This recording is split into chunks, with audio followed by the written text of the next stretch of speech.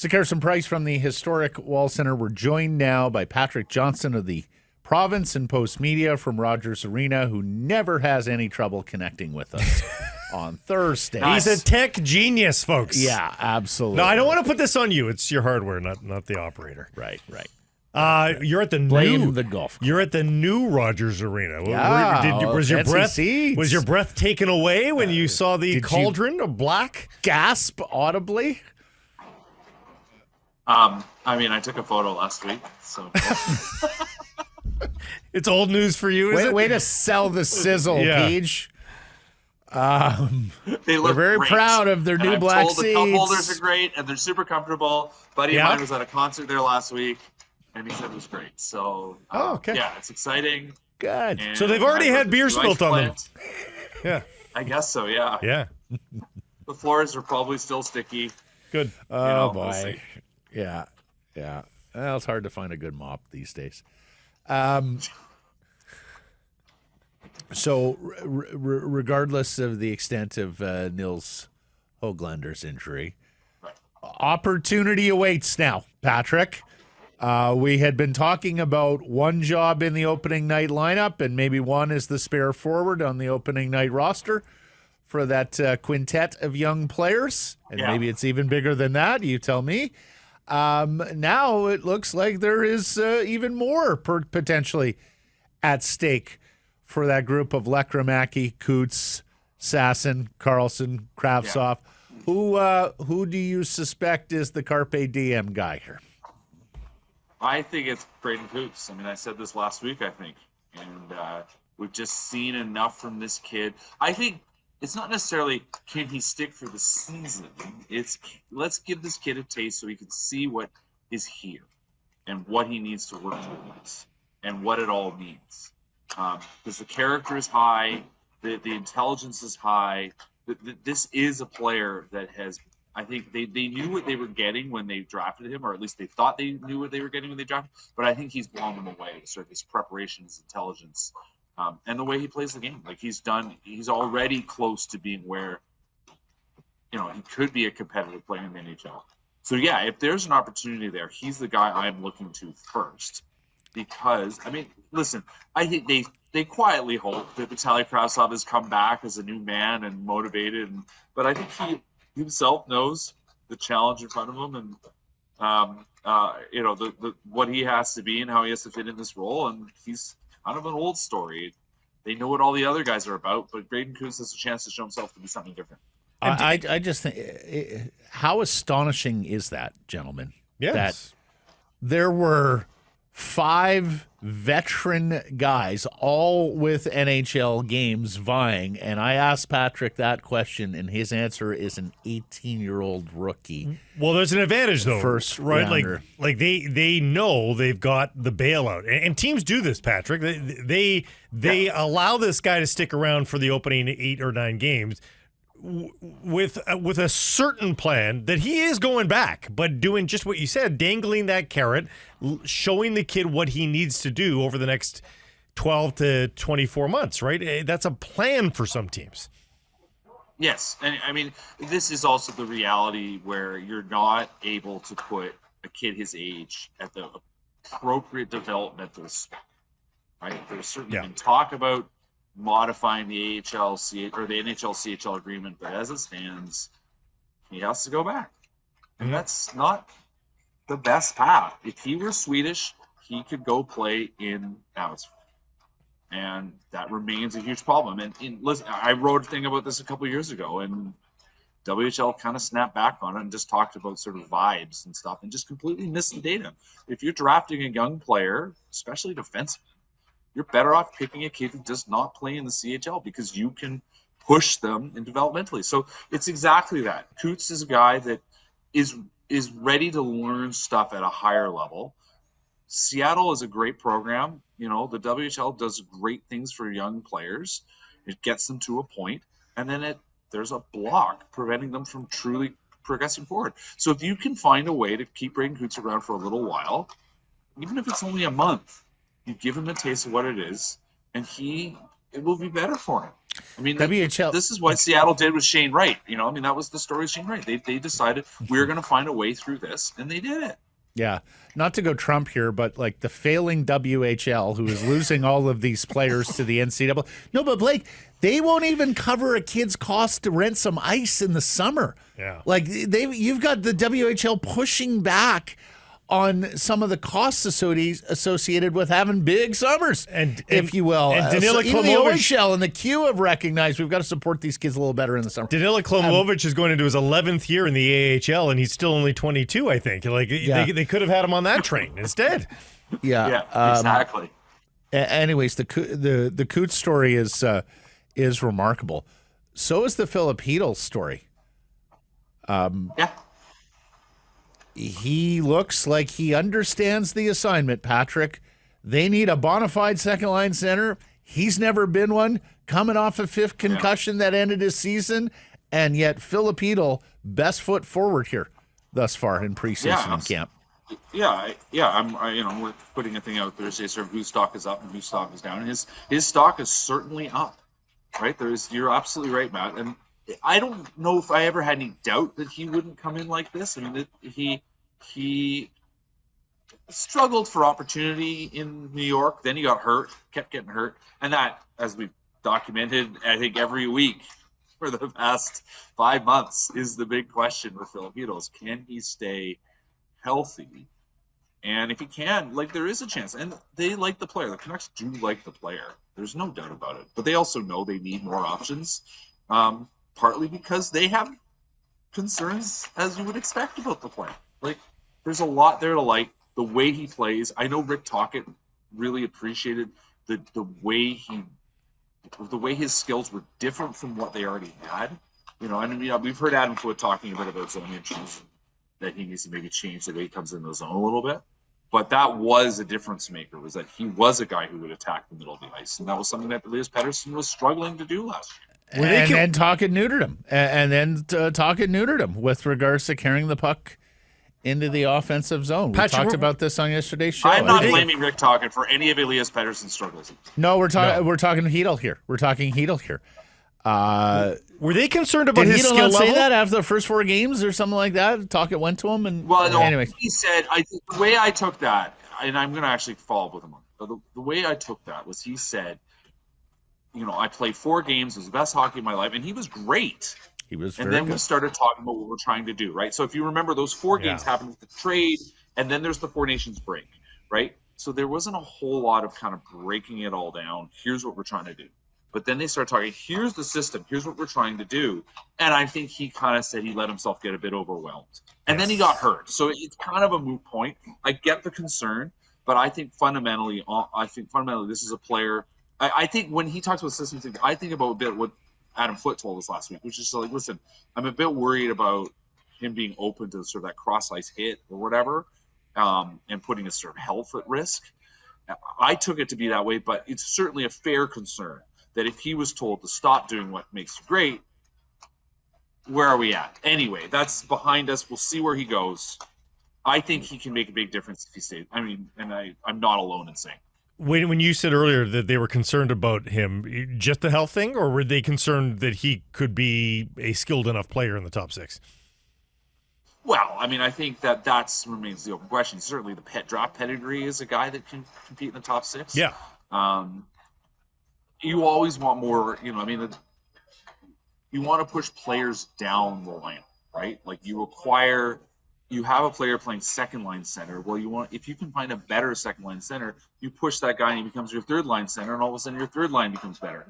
I think there's some of that mentality more than anything, is that they're perfectly fine with the player where he's at, but you constantly need to be seeing if you can do better. And that has been the constant refrain from this management team since the end of last season. They know they need to find a second line center or another second line option. And that's where they're at. I don't take it as anything more than that. And certainly I've said, I did say that there was talks between them and Ottawa where they were trying to chase after Josh Morris, and certainly Peter's name came up, because you got to give some to get some, right? Yeah. That's the other thing. So the player's fine. You're just trying to see if you can juice your roster more. Okay, I ask you this question, and I will advise you on the front end that it is a bit of a minefield. Okay, you missed yesterday's show. If you missed there is a correct answer here. There is a correct answer. Have you seen enough from Filip Chytil, and particularly given the concussion history, that you now just sit him down until the full dress rehearsal final preseason game next Friday against Edmonton? Until the regular Or season. do you think that he has missed so much hockey and will benefit so much from the reps, even in preseason, that you would play him more here before the dress rehearsal finale? I mean, there's only 6 games, right? Like, that's the thing. In general, I think players have found that playing 4 preseason games gets them reasonably ready for the regular season. Of course, more and more, and we're going to see this beginning next year when we have this shorter preseason schedule. The early stages of the season are just an extension of training camp as guys manage their way into the season. Does he need one more game? Yes, I think he needs one more game. I think they all need one more game. Does he I need think that's 2 the more truth. games? Does he need 2 more games? Sorry, does he need 2 more? Sorry, yes. Yes, absolutely. He needs 2 more games. They all need 2 more games. Put him on the ice. How did I answer? You chose poorly. No, you chose right perfectly. What a shock. Me and Yeah. Blake on the same side again. It's okay. I feel like I fight these handicap matches every Thursday. Remember when the big wrestlers had to fight 2 wrestlers? That's why you bring me back. Yeah, but it was Hulk challenge. Hogan versus like Johnny K9 and Hacksaw Jim Duggan. Like, those are not equals. Like, Johnny K9. you should be Let me able to guess. handle Johnny K9. There was a dog, and a German Hacksaw Jim Shepherd? Duggan. No, for some reason he a didn't. You have want Doberman? to age yourself? I don't even know who Johnny K9 is. I don't even That's know who really Johnny aging yourself, K9 is Blake. either. I do know Jesus. Hacksaw from Glens Falls, New York. Hey-oh. Where's Steve Ewan? Steve Ewan's calling in right now. Yeah, right. Mancini going to make this hockey team? Another guy whose stock is up. Yeah. I do think there's a little bit of, I think maybe a bit of gamesmanship from Adam Foote. Like, he sees a player that's close. I think he maybe is much about what he's trying to push Elias Pettersson a little bit, the defenseman. Just say, listen, kid, like, don't forget, we love what you've done, but don't forget there are people behind you. So let's keep the foot on the gas. Mancini's certainly an option, but I think more than anything, this is about pushing Elias Pettersson, pushing Tom Willander, like all the guys that should be there or close to be there, and just reminding them, like, you are not the only option. Do not rest on your laurels. Are you breaking free? Because I'm pretty sure you were, Tom Willander down to the farm to steep for a little bit. Yeah. Are you breaking from that a lot? We're starting to see some improvement here from the kid.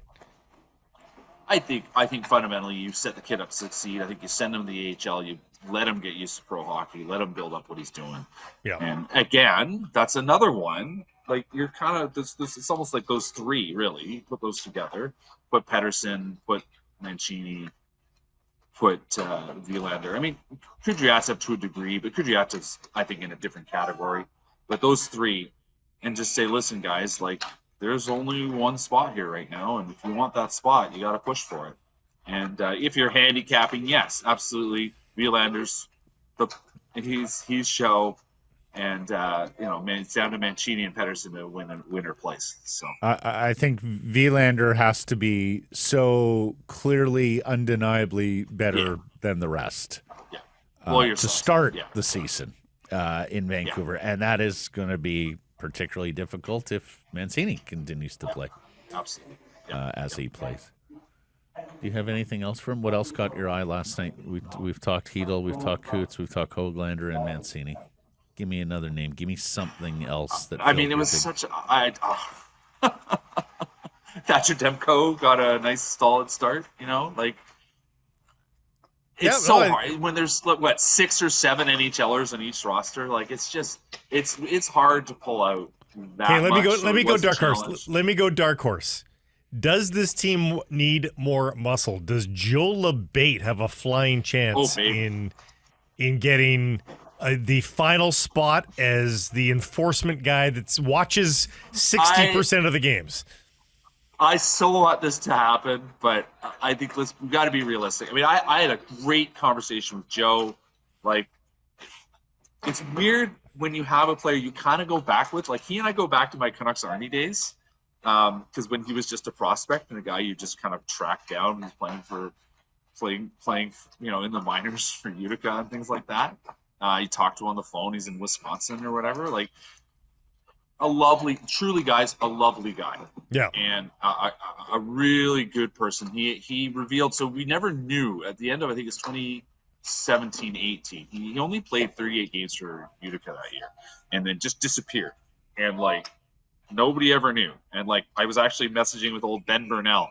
I said, Ben, do you remember? And he goes, no, actually. And he looked at his notes. Like, they never told us. And what Joe revealed, and I wrote about this the other day, is he suffered a very serious hip injury. And to the point where he actually had to think about life, and was able to come back and played and became a contributing player and solid AHLer. Went and played in Kazakhstan in the KHL. Had spent a season as partially. I mean, this team in Astana was atrocious.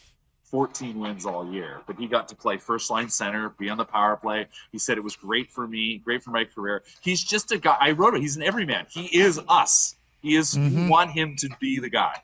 So listen, he'd be a wonderful story. He knows who's coming. He obviously knows Ryan Johnston. He knows Manny Malhotra. Those were guys. They were development coaches when he first was with the Canucks as a player. He's a great story. I do not think he is going to make it, but Blake, you are right. He brings a very clear element that this team does not have a ton of. Now, obviously, most NHL teams don't have it anymore. But you know what? Let's go. We are all Joe LaBate. You say he knows Manny Malhotra and Ryan Johnston. They were damn near teammates. He goes back that far. Oh, no, I know. His first year in Utica's 20. Go ahead. I was going to say, he points out he was teammates with the Sedins. Yeah. Right? His first first played on that Willie. Yeah. He 16, played 17 Willie's last season. 2 games in Utica in 14-15, gentlemen. Yeah. He actually played 13 games with the Vancouver Canucks in 2016-17. I bet you Blake has absolutely no recollection of those. I remember that he was a Canuck. But that's it. He pasted Matthew Tkachuk. You go look, there's a highlight. He absolutely pasted Matthew Tkachuk sort of on a back check, and then had to answer the bell at the next faceoff with guess who from the Calgary Flames? Michael Furland. That's how long ago all this happened. Wow. And he was a tough customer here. Like it really seems was. like more. It seems like the fighting thing has gotten a little bit more pronounced with him. Yes. In the years since he left the Canucks organization. He recognized sandpaper was going to be his calling card. He's 32. And he's 6'5", 210. Like he's a big giant like, boy. I couldn't believe Farabee wanted a piece of that. Wanted that smoke yesterday. I had to look up Farabee's weight today. I'm like, how big is Farabee? He's like 6 foot 190. I'm like, whoa, boy. I mean, you were giving away inches and poundage. Well, if you want to feel, sort of heartwarming about a hockey player's career, go look at his Hockey DB page and click through the pictures, because his smile gets bigger and bigger and bigger, because he's just like, I can't believe they're still paying me to play this game. He is still playing professional hockey at 32 years of age. Remember, out of the Holy Angels Academy, and then 4 years at the University of Wisconsin. And as you say, a stint in the K with Boris Astana. Nur Sultan Boris. Like, not even the Russian team. Bears, I believe it means K Bears. He had to go to Astana Bears. Yeah. Oh, okay. Yeah. He had to go to Kazakhstan, an outpost of the KHL, to continue his hockey career. I love it. That's the institutional knowledge that we love about you, Patrick. That's the reason we have you on every Thursday, despite the occasional incorrect answer and, of course, all the trouble connecting. Look at Johnny K9. There he is. Yeah, there we go. Mike's a big wrestling guy. Mm-hmm. Before I go, we got to remember a shout out for the Canadian women on Saturday. Oh, yes. Oh, we are all over this story. Yeah. We are all over this I had a wonderful chat story. with Julianne Zussman. Story will be up soon. Richard's sister, Julianne's brother is Richard Zussman. No, Julianne's great. She played for Canada in 2014. She went on to be a ref. And we talked all about how these girls, these women. So give me the Coles notes, because I had a couple of people at Yellow Dog, because they won the semifinal just as we were finishing up Friday's show at Yellow Dog.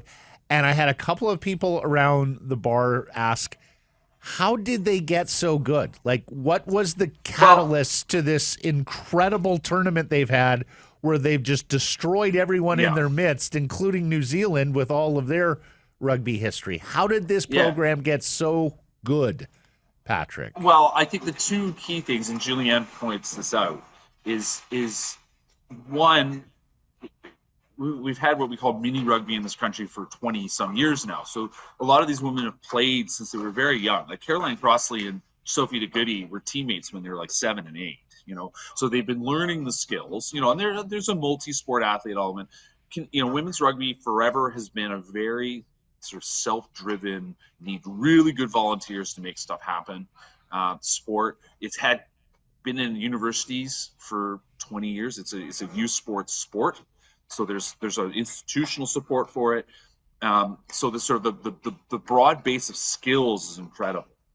And there's just that snowball effect, right? Like all the women on the team now were teenagers in 2014 when the women made the final of the World Cup and lost to England. They were teenagers when Canada won bronze in Rio, when Sevens made its debut in 2016. Like, this has been a sport, much like women's soccer, where there's a target. Like, I can do that, I can be that, and we actually have infrastructure. Even though it's all amateur, and the story about them needing to fundraise, fill a funding gap of $1 million is important to understand. And they need to go find ways to not have that be going forward. But across the board, they've been able to do that. And then on top of that, they are talented enough that a lot of these women are able to play in England. There's a professional women's league in England, and so a number of them play in England, and so they're just functioning as full-time rugby players, and the talent is there. And Delete Kamenan, who's the prop, like Julianne pointed out, like, look at her. Usually you change over your front row just for pure use, because players are tired by minute 55, and you bring on your subs for the last 20-25 minutes. She played the whole game and made a break in minute 78 against New Zealand. Yeah. Like, there's just some true outstanding talents here, and it's a wonderful story and a wonderful team. How did I know if we opened that up to him, he'd give us a 3-minute nerdy rugby answer? Because that is who Patrick is. 2014, 21-9 for England in 2014. So there's our revenge score here. Yeah. Blake made the comment the other day, watching Victoria's Sophie de Goede, she looks like Jonah Lomu in terms of her power and speed. I had to look it up. She's 6 feet tall. Yeah. Like, she is not a tiny human. And fast, though, too. Fast and big and intimidating. Yeah. If you don't know what we're talking about, Canada, England, Saturday morning before 82,000 people at Twickenham, the hallowed home of English rugby for the World Cup Championship.